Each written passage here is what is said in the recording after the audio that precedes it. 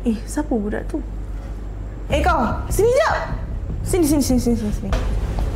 Kau budak baru kan? Sebab kalau budak baru tak boleh duduk sini saja, tak boleh goyang kaki. Pergi buat kopi kat aku. Kenapa saya kena buat kopi? Tak ada kenapa, dah aku suruh buat tu, buat je lah. Pergi. Okey. Buat air pun lambat. Buat air pun lambat. Air apa ni? Suruh buat kopi pun tak pandai ke? Saya bancuh je. 3-in-1 kan? Bancuh pun 3-in-1 takkan dah tak sedap macam ni. Pahit betul.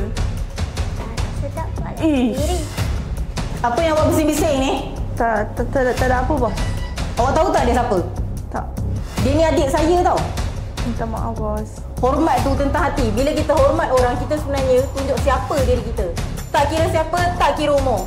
Pergi buat kerja sekarang. Okey, bos.